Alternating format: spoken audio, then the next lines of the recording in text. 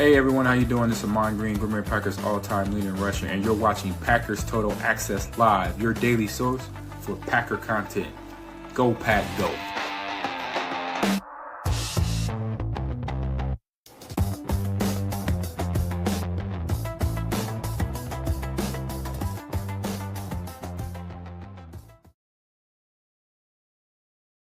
What's up, guys? Welcome into Packers Total Access. My name is Clayton. You can check us out on packernet.com. Find me on Twitter at Packers_access.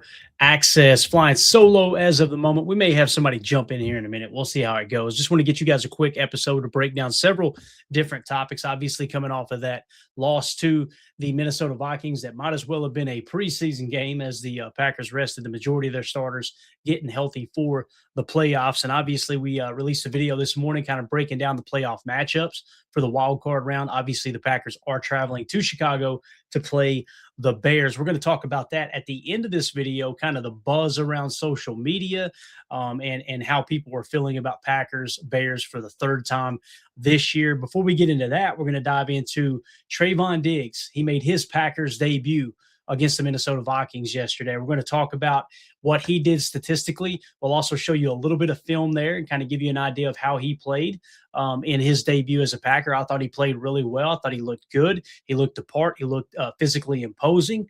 He looked quick. He looked agile. And I like the way that he attacked the run underneath. We'll talk about all that. We'll give you some of the numbers. We'll also do a quick little Colin Oliver breakdown. You guys know PFF grade wasn't as high for him as it was for Trevon Diggs. However, when you look at the tape, like what Colin Oliver put out there as well, we'll break that down. And then again, we'll end the show with Packers versus Bears, kind of get the stage set, if you will, for that huge matchup coming up here this Saturday night. Before we dive into everything, if you would do that YouTube stuff for me, hit like, hit subscribe. If this is your first time tuning into PTA, welcome. Thank you for making us a part of your evening. We're not experts. We're not insiders. We're not media members. We're fans just like you, talking Packers on the daily. So if you're looking for that type of content, make sure you hit like, subscribe, and click the bell icon so you don't miss out on these live streams in the future. Let's waste no time. I see the chat already filling in. Appreciate everybody jumping in here on short notice. Let's jump into it. All right, we've got the Trevon Diggs debut as a Green Bay Packer. There you see the tackle he made on it. It was a really, to me, that was one of the more impressive plays, watching him go all the way across the defense and make that tackle. We'll actually show that clip for you here in a second. And you guys know how this rolls. We don't rely just upon PFF grades or just NFL Pro data or just the tape. We cover everything, right? We try to look at it from every perspective per se, and kind of give you a global look at, all right, here's how this player is performing, right? Some people think that a passer rating for the quarterback is the most important statistic. Others may think touchdown to interception ratio is the most important. Some may think completion percentage is the most important thing, or adjusted completion percentage. I think it's all important. So we try to get everything into one big bundle so you're coming away with as much information as possible. But nonetheless, Trevon Diggs making his Packer debut. Here are the numbers, all right? 32 snaps for Trevon Diggs. And again, this is all per NFL Pro, so maybe PFF has him another snap or two here or there. Maybe they have him another target or something here or there. I like NFL Pro because we can watch every single snap and back it up with the tape and go, okay, do I agree with that or not? Okay. And most of the time I do. Very rare do I look up and go, I don't know if I'd call that a pressure, but it is what it is when it comes to NFL Pro and GPS tracking. So with that being said, 32 snaps, 17 snaps in coverage. He was targeted only one time. Like, I think PFF had him targeted twice. That second one was a swing pass. So if you want to count that as a target and say, all right, they caught the ball on him, to me, he wasn't covering that guy, right? Now, he was playing a curl flat. A swing pass gives the curl flat no time to react. It's designed to catch that back out of the backfield on the run. And beyond that, it was also a backwards pass, so it technically counted as a run. So just want to specify that. But 17 coverage snaps, one target, 0 catches. The passer rating when targeted was 39.6, so I don't know if they're taking into effect the swing pass, but they didn't include it on the NFL Pro actual link for the tape. But you guys get the gist there, right? Justin Jefferson was the one target down the field, a slant that was incomplete. Now, the assignment, and I always like to talk in terms of deployment, right? Where did they play? So what happened in this game, Keyshawn Nixon was playing left cornerback, and anytime we talk about left cornerback, left end, right end, it's always from the defense's perspective. So imagine your back is to the defense, right? as the defenders see it. Left side of the field, that was Keyshawn Nixon. Right side of the field was Trevon Diggs. That's normally where Carrington Valentine plays. So if you read between the lines, what it suggests to me is if they like what they see by Trevon on tape, and I imagine they probably did, they being the coaching staff, he will play right cornerback. So if that's the case, he'll be right cornerback. Keyshawn will be left cornerback, and you'll still keep Bullard in the slot, especially now that you're going to have what was I going to say here? Javon Bullard in the slot, right? Especially with Evan Williams and Xavier McKinney starting at safety, right? Evan Williams, I say that because Evan Williams missed a game or two there. I think he missed one full game, right? And he went out in the other game. So you'll have your safeties back. I think it'll be Bull in the slot. It'll be Trevon Diggs going into the playoffs as a right corner, and then Keyshawn as your left corner. All right. Now, and again, against Justin Jefferson, now, if you watch the tape, and we're going to watch that play here in a second, he got a little bit too aggressive. I can understand if they would have thrown a flag on him there, because he does kind of get there a little early, but at the same time, you want him to play physical underneath when you're playing that curl flat responsibility. And in that case, they were in a cover 2 look, okay? And I want to explain that before we watch the tape. Basically, the safeties are covering deep halves. Sometimes you have the inside backer or the wheel that's going to cover the seam in a Tampa 2 look. Other times you'll just play maybe a little hard underneath, or you may play what we call cover 2 drop, where everybody fans back, right? And kind of plays a deep underneath zone, if you will, with those rat defenders. So with his case, he was in a curl flat, which means his responsibilities were exactly what it sounds like. Nothing deep, play the curl to the flat. Sometimes you can play the flat to the curl or the curl to the flat, right? Meaning it depends on where you're prioritizing the coverage. That usually comes with down and distance and tendency from the opposing offense, right? So again, cover 2, curl flat was his assignment against Justin Jefferson on that slant. Done a great job, because when you play curl flat, guys, keep in mind, you're kind of playing the curl underneath the deep half and you're attacking the flat outside. The fact that he squares up and attacks to the inside while playing a curl flat, I love it. There was no immediate threat to that side of the field. You know how easy it would be to like, okay, I'm just going to avoid that. I love it. The other thing you'll notice too is he kind of plays inside out, which wants to try to deter Justin Jefferson from running an inside route. So if there's a choice call on his particular route and he goes, he's got inside leverage, I'm breaking out. Even though Trevon Diggs is playing inside leverage, he can jump the gun outside because that's his true assignment, right? Again, what it shows me is versatility, quick twitch, all the things that we read in his scouting report. So we'll see how that plays out as we go on into the playoff game there Saturday night against the Chicago Bears. Now, he had 15 run snaps, right? He had 2 tackles on those 15 run snaps. 1 stop, which was the swing pass against it, and it was once again cover 2, and he was playing the curl flat.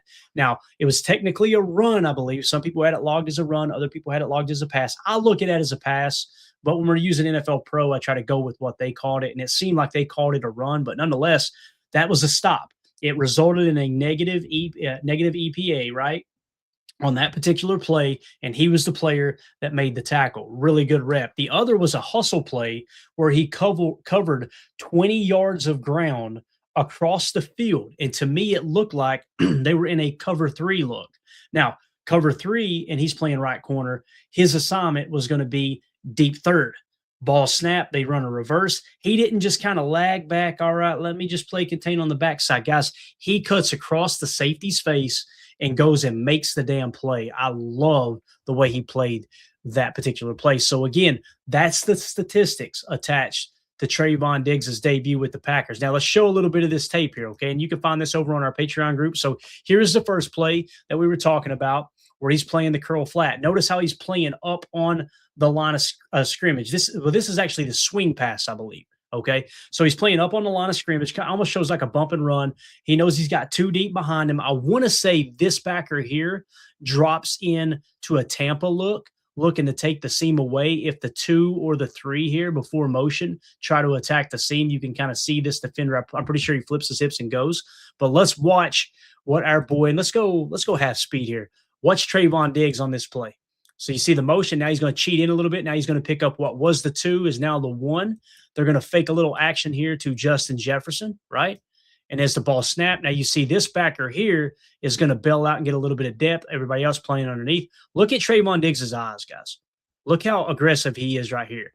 Now he's watching the quarterback's eyes while fading back and covering the curl flat. And then here, bang, watch him go. Look at that cut, right? no hesitation, and good job with the tackle. Notice how he squared up. How many times, I'm going to roll it back. How many times have we seen our boy Carrington Valentine, a young player, right, attack this too hard and miss the tackle? Look at him square up, chop, chop, and then just secure the tackle. Make sure you make the tackle. Great rep there from our boy Trevon Diggs, in my opinion. All right, so here's a little bit better view here. You're going to see the eye candy coming across the formation with Justin Jefferson. And now he reads, bang, chop it down, square up. Even if it's a shoestring tackle, make sure you bring down the ball carrier. That's a great rep. And some can see it as a run defense or a run defense there. In my opinion, it's definitely a swing pass. I just love how he played his assignment underneath and was always looking for work, kept his eyes on the quarterback. Next play. All right. So this is the play. I'm trying to think of which one this is the hustle stop. Okay. So this is going to end up being a run. It wasn't a reverse. I apologize with that. It's going to be an inside run. It gets bounced out. So to me, this play looks like cover 3. So what you've got here is deep third here, and Trevon Diggs is playing deep third here, and this defender is playing deep third, right? Now, there may be some match principles, but I'm pretty sure it's deep third. Watch his eyes. Ball snapped. Shuffle over. No immediate threat. Go get the ball. Look at him cut across the safety and just go make the play. That's sideline to sideline athletic ability, and does a good job lowering the shoulder and making the tackle. Now, you want to see him wrap up there, sure, but you got the ball carrier down and an assignment that really wasn't yours. Love the fact that he plays so aggressive against the run here. Because, again, watch him flash across the safety. Like, boys, I don't know what y'all waiting on. I'm going to make this tackle, right? He almost helped cover that inside gap as well. So, and when you look at him, he looks like he's built like a safety. He's a big cornerback, right? I think he stands at like 6'2". Some people had him at 6'3". And he's got great athleticism. He's a former 4-star wide receiver that was converted to cornerback, obviously. So, and here's the final one. This is against Justin Jefferson. To me, this looks like another cover 2. Now we're sugaring. I think this is Oladapo down here, a.k.a. Ola Home Depot. He's sugaring underneath like he's going to be man up on the 2, but what he's actually going to do is drop out. This safety's going to slide over. So it's actually a cover 2 look. And I want you to watch. I'm pretty sure this is the rep. Watch our boy Trevon up top. All right. Ball snap. Watch him get inside here. Now he's playing a curl flat. His responsibility is where he's sitting right now to the flat. And typically that's outside leverage. Notice how he gets inside leverage. You see the safety rolling over now. You see Oladapo starting to get a little bit of depth. Okay. Now watch him inside leverage attack the ball. And like I said, he got there a little early, but no flag. I would rather you be aggressive than not aggressive enough. Right. So let's watch it from this angle here from the end zone cam. And what you're seeing is that coffee house look. We're showing a mug look, right? Something else we picked up on this tape. Look at 99, Baron Sorrell, little 99 drop. You know how we talk about 55 drop all the time with Kingsley and Igbare? So what they did was they showed coffee house. They actually fired a blitz, 5 defenders blitzing, including Evan Williams here, who's firing as a safety. So that actually was probably a corner. It might have been a nickel corner. That's probably what Emilio was talking about with Oladapo actually playing nickel a couple of times there in that game against the Vikings. So that's what we would call invert 2. Safety deep half, corner deep half on the other side, if that makes sense. So he was not the invert 2 side, he being Trevon Diggs. And again, 99 dropping out.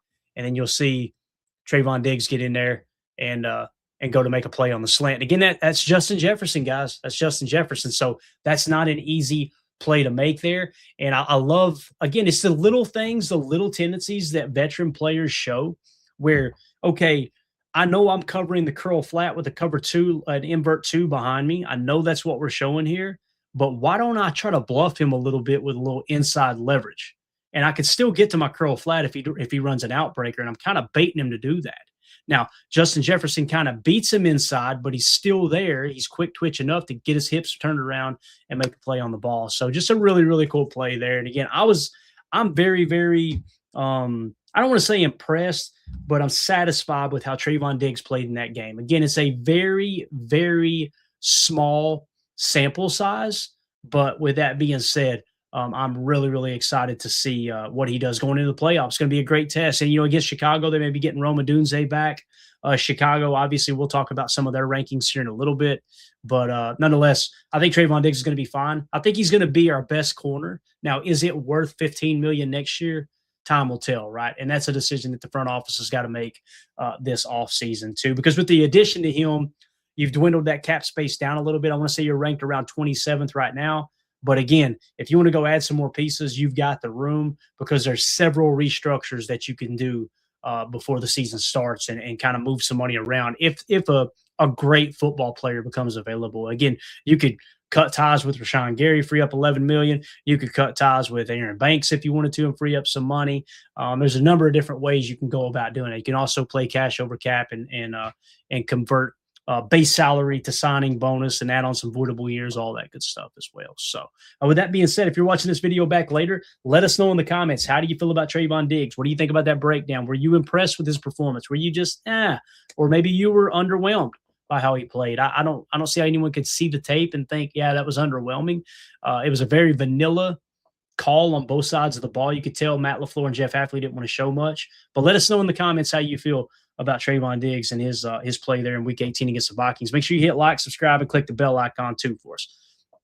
All right, let's move along now to – actually, let me hit this chat, and then we'll move along to Colin Oliver. Nick McSwain said 20 targets on 265 coverage snaps. That high?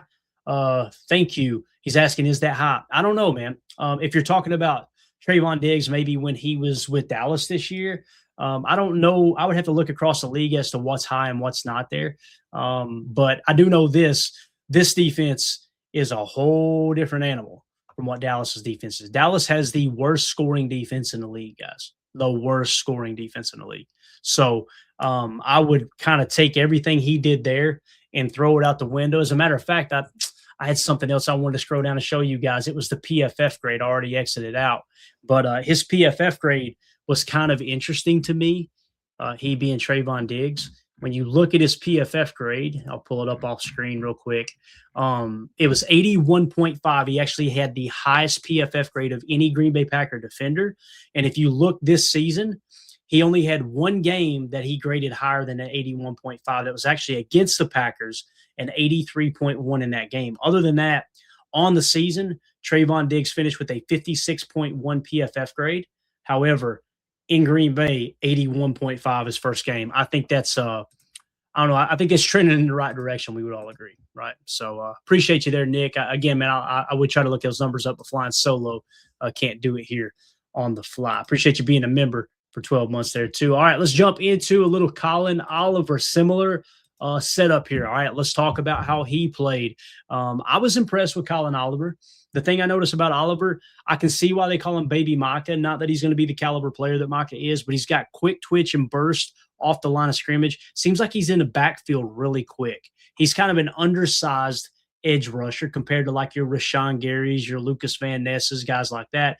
And some people would say Micah Parsons a little undersized, but Micah Parsons is a freaking Tasmanian devil out there. You see a little bit of that in Colin Oliver, so I can kind of see the comp there personally. But let's talk about his numbers, all right? Because it wasn't as good as Trevon Diggs in terms of PFF. However, I thought he held his own out there. So Colin Oliver, Week 18 game per NFL Pro, he had 30 snaps, 15 pass rushes. Now, let's get the run defense out of the way, okay? In the run defense, 0 tackles to the best of my knowledge, okay?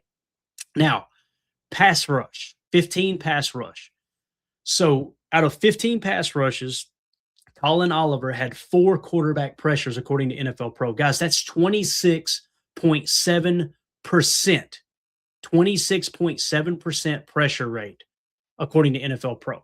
Those are Micah numbers. Now, again, it's only one game. It's only 15 pass rushes. But boy, oh boy, I don't think you could have rushed a quarterback any better than he did in terms of pressure rate. And again, that's the NFL Pro. Maybe PFF has different numbers. You guys, I explain it every time. You know why I choose NFL Pro over PFF, because they actually back it up with the tape, all right? Pressure rate, and then he had 1 hustle stop, which was on a halfback screen, okay? So he made the tackle on a halfback screen. We're going to show that play plus the 4 quarterback pressures here in just a second. Now, run defense, 0 tackles. Now, is that alarming? Not necessarily, right? When you look at the tape, I didn't look at it like, oh, man, he's way out of his run fit. There's nothing that looked reckless to me, but he's definitely a pass rushing defensive end. You can tell that he's a speed rusher. It's essentially what he looks like to me, is a speed to power guy, not a power with a secondary move guy. He's a speed to power type guy. He's going to use speed to set up power, meaning you rush outside, quick twitch inside, and all of a sudden you get the tackle on their heels. Next rep, set up a speed rush, and then give them that stiff arm, that straight arm pass rush, and kind of bull them back into the quarterback, right? He also had one coverage snap, according to NFL Pro. Now, let's watch the tape here. Again, Colin Oliver, to me, it looked like he lined up at left defensive end all day long, okay? And most of the time, he was in what we call a wide nine technique. If you're new here and don't know what that means, a wide nine is simply where you line up when rushing the passer. You won't see it on this particular diagram. I don't know why it doesn't show it, but what you have is if you line up directly over top of an offensive lineman, okay, directly over top of an offensive lineman, it's even numbers. So if you're playing nose tackle, right over top of the center, that's a 0. Now work your way out. Both sides go to a 2 if you're over the guard, a 4 if you're over the tackle, a 6 if you're over the Y, and if you're outside of that, that's what we refer to as a wide 9 most of the time. You can get really detailed with the 7 looks and 5 looks and all that. Just focus on the evens and the odds, and you'll kind of know where these guys are lining up. When we say 7 tech, 9 tech, wide 9, I always specify wide 9 just to let everybody know, okay, yeah, that's right. That's way out there. That's way out wide, right? Outside of the D gap. So with that being said, he played wide 9 most of the day, and you can see him outside here. We've got him circled on the screen. Let's roll the tape. And I'm trying to think. I think this is the screen pass. So to me, this looked like it was going to be a TE stunt. What's going to happen is the tackle is going to go first and rush outside shoulder, and Colin Oliver is going to jab step out and then loop around. That's what we call a TE stunt or a loop blitz, okay? So you'll notice him stunt around and watch him immediately recognize the screen. He sees the big hog molly's getting out there to set up the screen pass. No hesitation, great instincts. And here you see that hybrid type build come into play, right? When you look at how he approaches this, he looks like a linebacker, a stack backer chasing down this play. Doesn't look like a big body defensive end, right? So again, if we roll it back to the front one more time, watch him now that you know it's a screen, jab, step in. Oh, I see what they're doing. Watch him go sniff it out. Bang. That's a hustle stop. And why is it a hustle stop? Look how much ground he covers, guys. Look where he starts and think linear in a straight line, right? Does he cover 20 yards? He covers way more than 20 yards to get over there and make that tackle. Bang. I love that he arrived with a little bit of attitude, too. You notice that, man. He brung some pop with that hit as well. So, all right, next play. Here are your 4 pressures according to NFL Pro. All right, here you are in a wide 9 look again. Let's watch him work. Let me go slow motion so we can really appreciate this and kind of set the move up here, all right? So you're going to see speed twitch guy, right? And right here, he kind of straightens out, and then bang, outside. Watch him run down J.J. McCarthy and get a hand in his face. Unfortunately, the DB kind of gives up on the play. He says he was pushed off there. I don't know if he actually was. But again, what you're seeing with Colin Oliver is eyes in the backfield. J.J. McCarthy wanted to roll right, probably go for a bigger play. He couldn't because Colin Oliver was there. I thought that was a fine pass rush. Kind of got stood up at the point of attack, though. And you can see he tried to – it was like setting up speed, and he went to power and kind of gets stonewalled. But then eyes in the backfield, all right, let me get outside and play contain. Here we are again, same thing on the left side from the defense's perspective, wide 9 look. Let's watch the ball. Ball snapped. All right, going to be a fake toss. So notice eyes are on the running back, but he didn't just full sprint to the fake toss. Love his natural instincts is the big thing. You've seen it on the screen pass, and now you're seeing it on the fake toss.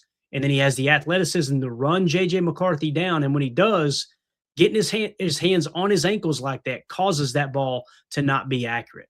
Again, one time just to loop it, look at him run J.J. down. That's really good athleticism to chase down the quarterback and cause an errant throw. Pressure pick, coverage sack, right? You're going to have, if you continue to tally up consistency at the clip of 26% pressure rate, if you continue to do that, if you're Colin Oliver, you're going to have a good chunk of plays like that where the quarterback has to rush the ball out of his hands, and that's going to lead to interceptions, I promise you. Again, this is his rookie debut. I'm not saying he's going to be a starting edge defender week 1 next year, but what he put on tape looks pretty good. Here he is again, another wide look on the left side. Let's watch him work. See if we can call out. So see how he goes to the outside shoulder and then bull rush, bull rush, bull rush, hand right on McCarthy there. So you can see kind of how close. And this is a good play if that is McCarthy. That might be, yeah, that's 9.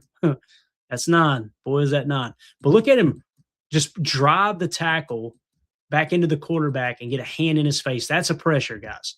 That ball should have been tipped. I don't know how it wasn't tipped.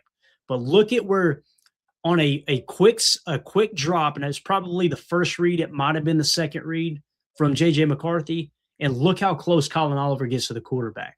That's how you want to be disruptive in the passing game. So I thought that was a really, really good rep there as well. And now the next pass rush. Let's see if he's lined up on the left side again, right? They're in the gun. Let's watch him work against the same tackle. Again, taking the outside shoulder, just good hands there, compressing the pocket, and you've seen made JJ step up in the well to deliver that ball. You want bad quarterbacks to have to step up in the pocket and throw the football like that. You don't want them running around making plays on the edge. This is what you want to do against Caleb this week. Make him step up and make that throw. And again, he kind of had a receiver. You can see Justin Jefferson getting a little bit frustrated. Why did he miss him? Look at 45. Look at 45. Made him step up, short arm the throw, and he air mails it.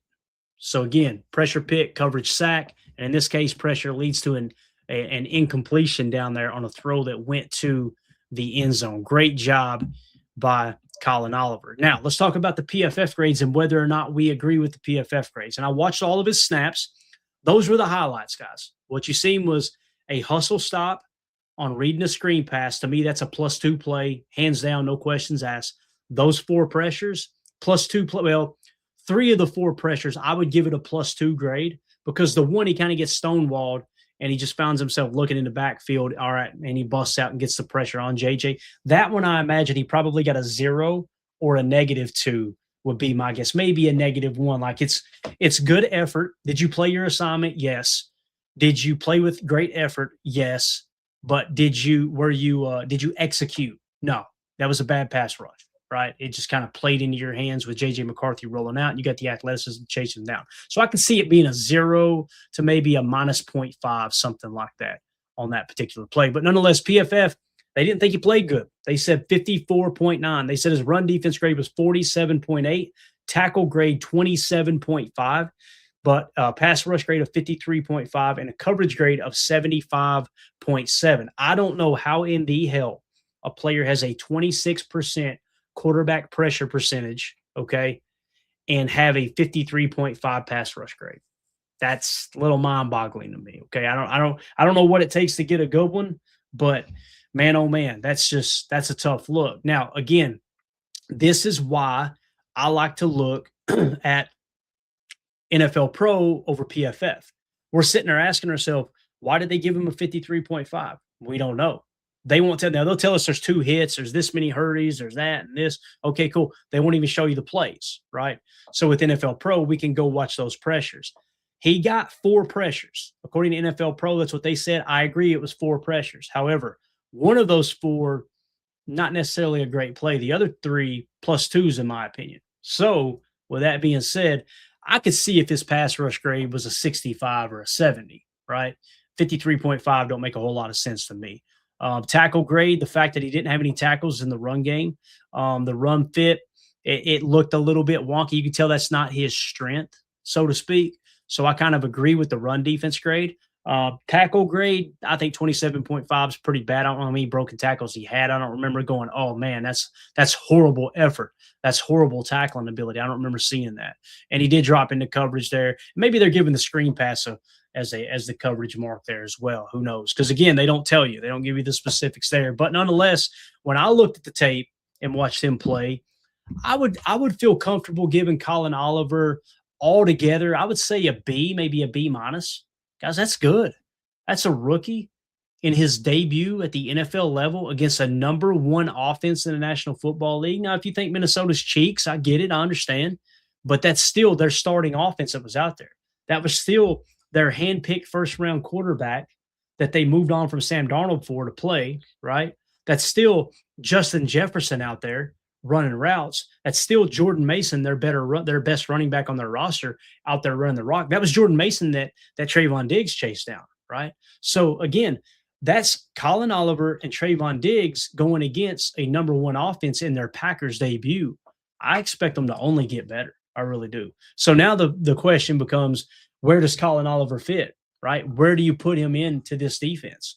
Do you try to start him in the future? To me, I can see him being a change of pace, kind of a speed rushing off the bench, right? You got Baron Sorrell, who to me is more of a power rusher, uses his hands pretty well. So starting now, I would say it's, obviously in the playoffs here, it's Rashawn Gary, LVM, and then you mix in Kingsley Enagbare and Brenton Cox Jr., and you're hoping that Colin Oliver and Baron Sorrell can get some snaps. When you think about all that, with Devontae Wyatt being out, kind of makes you think you're probably going to see some cheetah package, some cheetah, right? Which is basically 3 pass rushers and only 1 defensive tackle. Now, the Chicago Bears love to run the football, right? And they're very good at running the football. So on those run snaps and 12 personnel, can't really justify putting the cheetah package in there. You're going to be too light in the britches, so to speak, to stop the run. So I think this probably isn't the best game to gauge Colin Oliver on. I wouldn't be surprised if he's not active for this game, to be honest with you, because you're probably going to want Baron Sorrell out there. He's a bigger body lineman that you could probably play inside if you need to. Same thing with like LVM. We'll put him at a 3 tech from time to time and all that. So we'll see though, man. Only time will tell. But if you guys are watching this video back later, let us know in the comments, how do you feel about Colin Oliver? What'd you think of the breakdown? What'd you think of the tape? What'd you think of the PFF grade? Did you agree with it? Did you disagree with it? We want to hear from you in the comments. Let us know. Make sure you hit like, subscribe, and click the bell icon so you know when we go live in the future.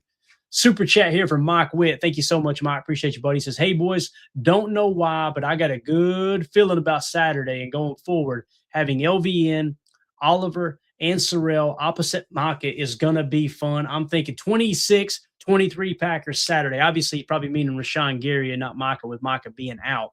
But I love the idea of everything you mentioned there with Micah next year. I've already been my gears have been going towards that, like, holy cow, man. Micah Parsons out there next year, fresh ACL with these guys with another year under the belt. And you got a lot of guys that you just mentioned here with the Super Mike that are going to get some meaningful reps in the playoffs. That's big time football, right? That's on the grand stage. That's going to be great experience for these young guys for sure. 26-23 Packers, I could see that. I think it's probably going to be in the ballpark there. I don't know if either team will get to 30 points unless we go to overtime, but I think they'll both definitely crack 20s. So yeah, I think that's right in the ballpark, Mike. We'll make sure you remind us if you nail that this weekend for sure, man. So, but yeah, appreciate the super chat, man. Thank you so much. All right, let's shift gears. Let's talk a little Packers, Bears real quick. I wanted to get into this just a little bit. You guys know we're easing into this preview. We're trying to hold off a little bit on covering it too much until we get injury information so we can really dive into where the matchups may or may not lie. But I know Clay Matthews is fired up for this matchup. As you can see here, he tweeted out the other day, immediately following that Packers-Bears game a couple weeks ago, right? He says, what a game, that throw, the hatred is real, and the rivalry is alive. We deserve to see the Pack and Bears run it back one more time in the playoffs. That was on December 21st. Today, he just quote tweeted it with this image right here. You got to love some Clay Matthews, man. Absolutely love it. So Clay Matthews is fired up for this third matchup between the Packers and the Bears. I'm absolutely jacked for it. I think it's going to be arguably the game of the year. It definitely for the Packers, I believe, and the Bears probably too. This is what the NFC North is all about. This is what the black and blue division is supposed to be. Packers, Bears, cold weather football in the Windy City or at Lambeau, right? And just two teams, two young teams, I think we would all agree now that the Bears are significantly older than the Packers roster, which is wild to think about with the free agency moves they made. Some people still think that it's like the Bears are the younger team and they're the up-and-coming younger team. They're actually older than the Packers. Packers have the youngest roster in the league, but, mainstream sports media is not going to mention anything positive like that around the Packers. They're going to try to paint a different picture. But nonetheless, this is going to be fun, man. You got them winning the NFC North, and that fan base has talked so much crap all season long, right? And you got a chance to knock them out in the first round. Now, it's going to be a little bit of an uphill battle. I know the Packers are favored, but boy, when you hear other people talk about this, it feels like the Packers are the underdogs. But I will say this, there are a lot of people out there that know what's on the line for the Chicago Bears. You know, when you look at these two teams here, right? When you look at these two teams, what I see in these two teams are you've got one team that some would say they've kind of overperformed this year in the Chicago Bears. The other team is kind of like, okay, the Packers underperformed last year, and people weren't expecting them to come in and take the North this year. I didn't see many people saying that. Now, when you add Micah Parsons, everything blows up, right? But you lose Micah Parsons as quick as you added him there, before you can even get to the playoffs, he's out with the ACL. So now we're kind of back to square one. I think anybody going into the season, if they had said you're not going to have Micah down the stretch and you're going to be this banged up, what is like 20 some, whatever, however many people it is that's on IR, season in and injured reserve, you probably think, yeah, the Packers aren't, going to be the team that represents the North in the playoffs. Well, here we are. We got two North teams. And you guys know Barstool Sports over there. If you guys follow them, they do a lot of Chicago Bears coverage. They had a show, I want to say it was earlier today. Yeah, it was earlier today, this morning. And they had Dave Portnoy, I think is how you say his name, Dave Portnoy, the guy who basically founded Barstool. He was on there talking some Chicago Bears, talking Packers versus Bears. And I want to get your all's take. And thank you for the super, Mike. We'll hit that as soon as we get through with this little segment here, man. This is what they had to say. And what I tweeted out was everything on the line for the Bears, zero pressure on this banged up Packers team. There's nobody expecting this Packers team to go on a run. Vegas is going, I actually think the Packers should be favored. When you hear everybody else talk, it seems like the Bears are kind of the Cinderella story, right? The underdog is how everybody's kind of like, this is the team that could potentially take this thing, right? I want you to listen. Their tweet that went out said, if the Bears lose to the Packers, will it be considered a losing season? Quote, everything the Bears have accomplished, everything the Bears have done, every positive sentiment is gone, is what Dave Portnoy said. Let's see what he had to say about this Packers-Bears matchup. We'll pause it in between. But again, this is from Wake Up Barstool is where the audio is from. Here we go. This is the worst. And by the way, there may be language, Barstool gets a little unhinged like McAfee sometimes. So if you got kids in the room, be prepared, okay? Matchup you could possibly have if you're a Bears fan. Yeah. Because everything that they've accomplished this year, no Bear fan thought they're going to be the playoffs. No Bear fan thought they're going to be 11-6. When they started slow, you had Eddie. Eddie was on a hunger fast. I mean, things were falling apart in Chicago. These guys were done with this team. They were saying they're going to get the wrong guy.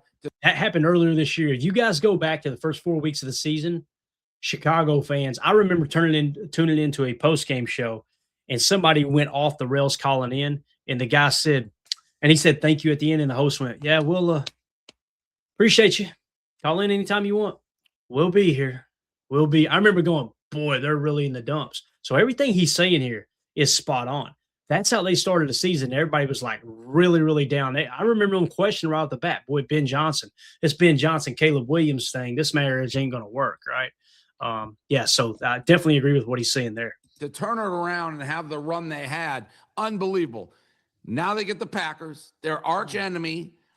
They have that miracle win versus them. But if the Packers go in and beat them, and by the way, everything we're saying here that you just said, T-Bob, everything's off for the Packers. They're 9-7. They're favored in this game. They're favored on the road in Chicago. Well, they outplayed the Bears for the vast majority of the two games. Right? But still. It's so true, man. Both games, the Packers outplayed them. Now, it shouldn't have come down to that last-second throw where Keyshawn Nixon intercepts Caleb Williams in the end zone.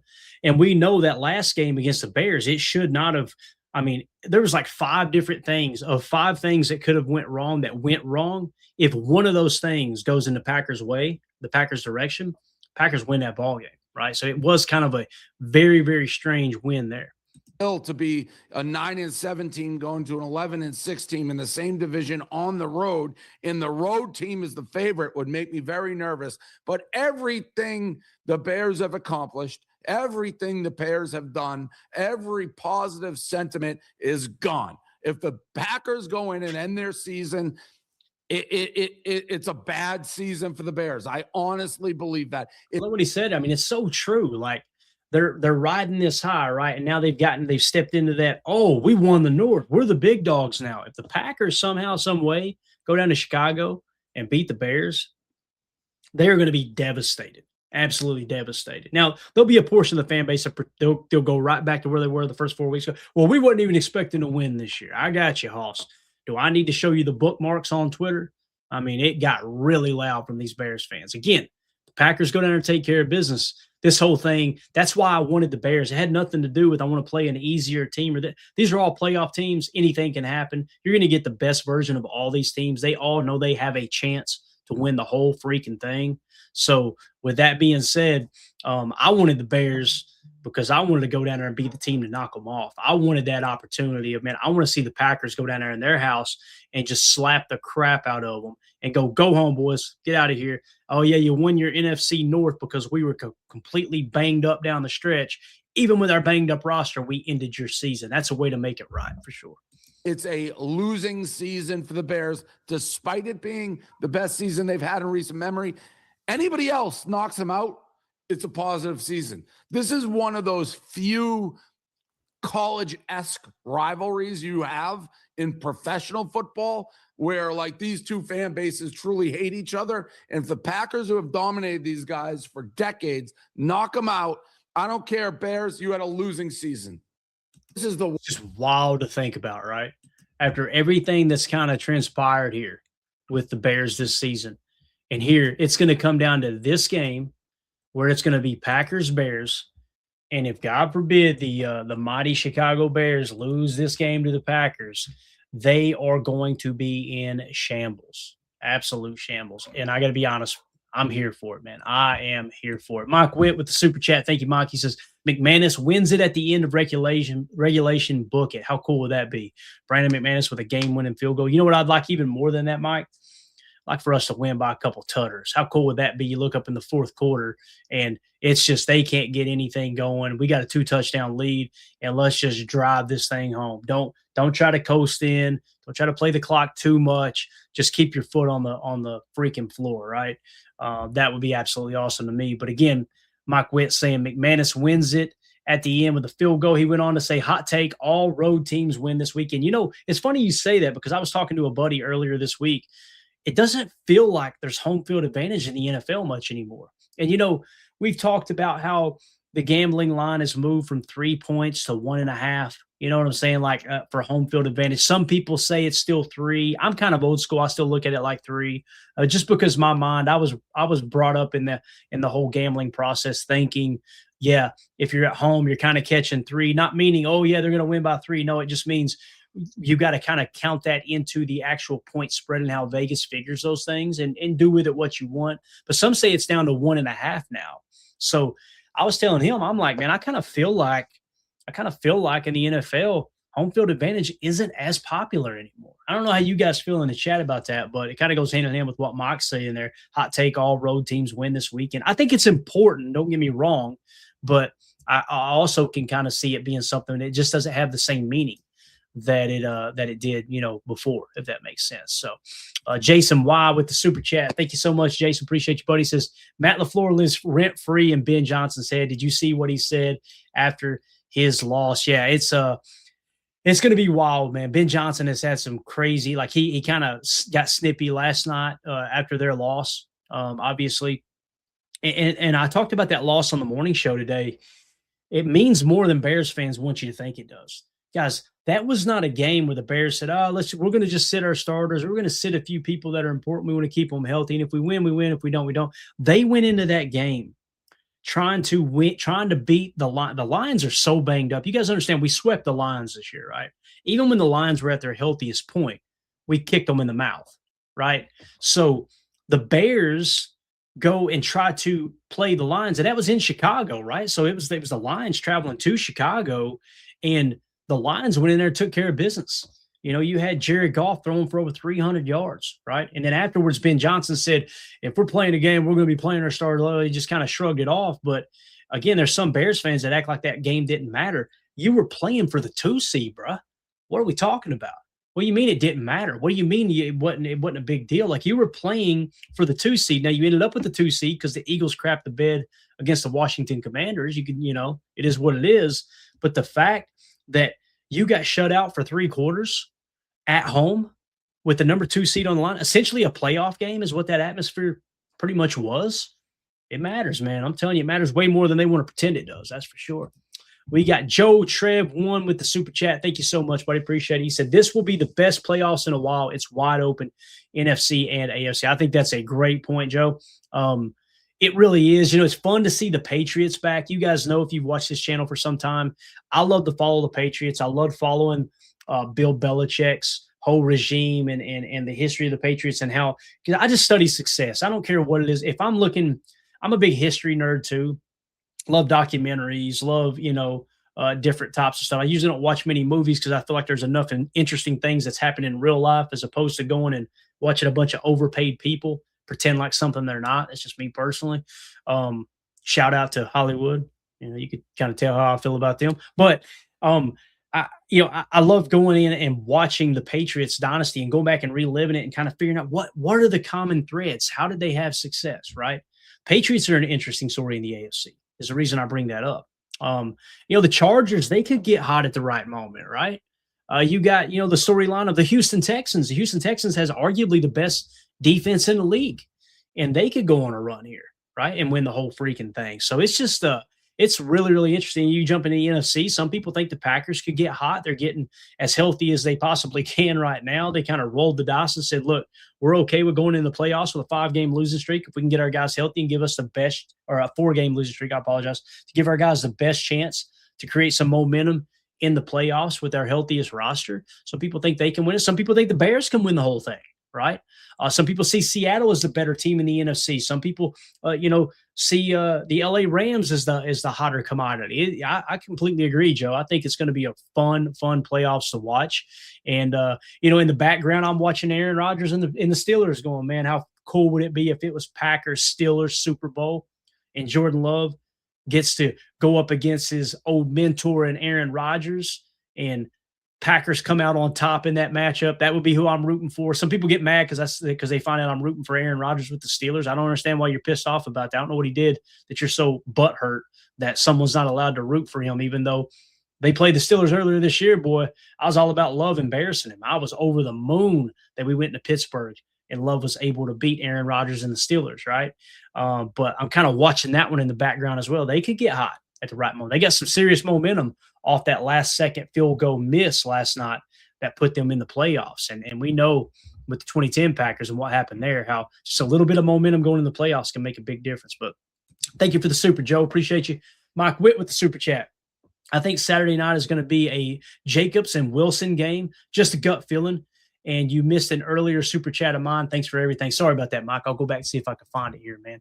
I appreciate the super chat. Yeah, Josh Jacobs, man, I'm excited because this is the healthiest he's been, I want to say, all year. You guys correct me if I'm wrong in the chat, but it does feel like this is the healthiest he's been all freaking year. So, okay, I see the super chat there, Mike. Sorry about that, buddy.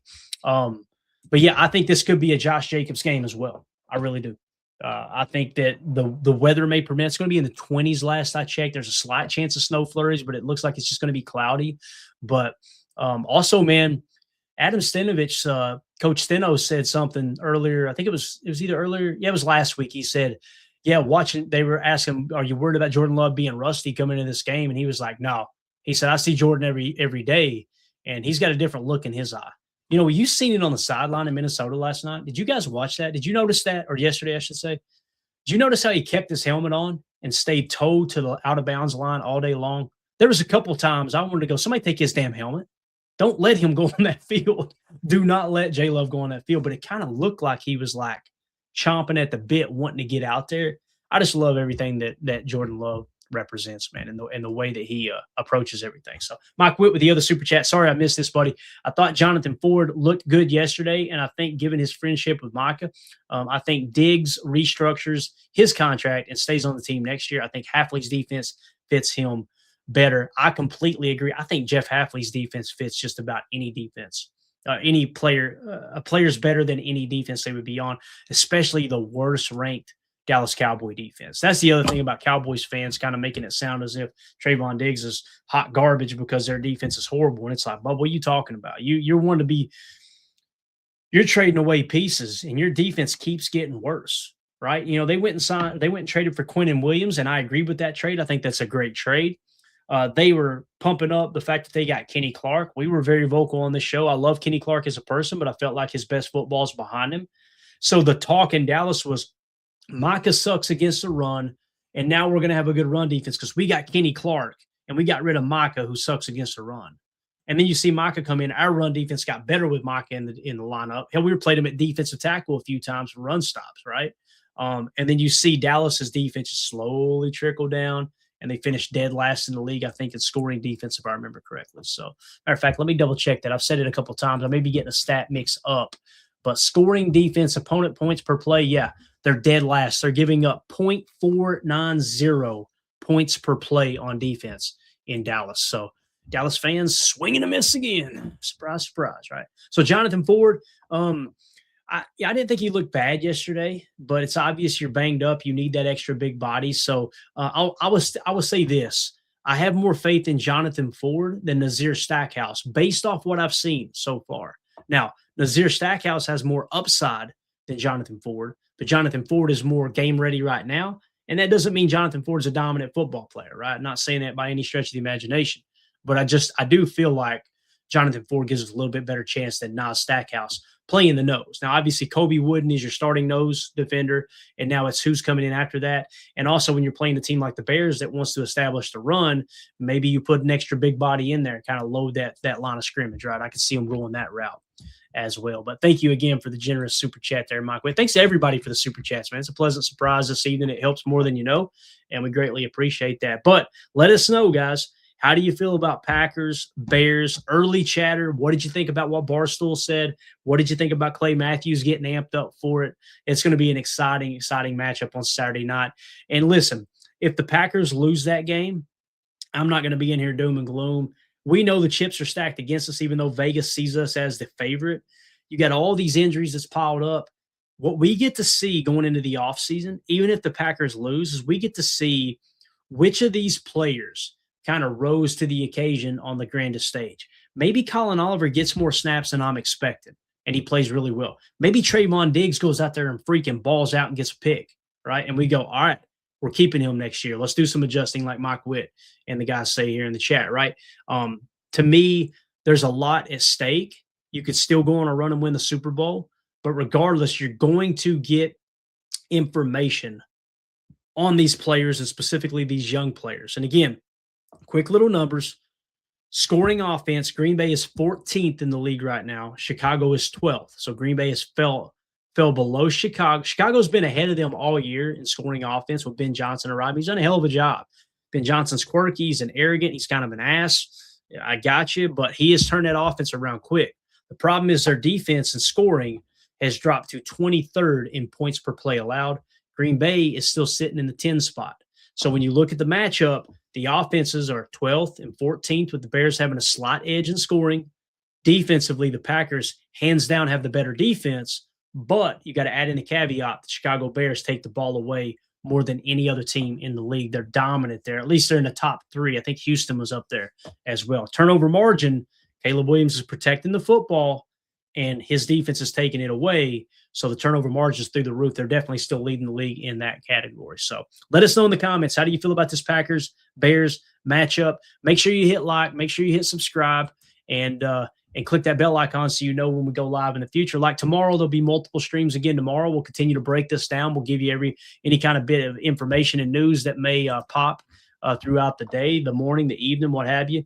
And we'll keep our finger on the pulse. And again, we won't have the first – actually, tomorrow's Tuesday, right? It's a Saturday game. We'll have our first injury report tomorrow. So we'll be bringing you that breaking news as soon as the injury report hits. We'll see which players – I'm looking at more of who's being held out as opposed to which players are coming back to practice, if that makes sense. Because I think there might be one or two that kind of surprise us, like, oh, man, they're still banged up. They're probably trending toward not playing. But the majority of these players are going to be getting healthy that aren't on IR, obviously. So let us know in the comments what you think, guys. Make sure you hit like, subscribe, click the bell icon. We will see y'all tomorrow. Have a great evening. My name's Clayton. This is PTA. Go Pack, go. Here we go. We're out. Bye, guys.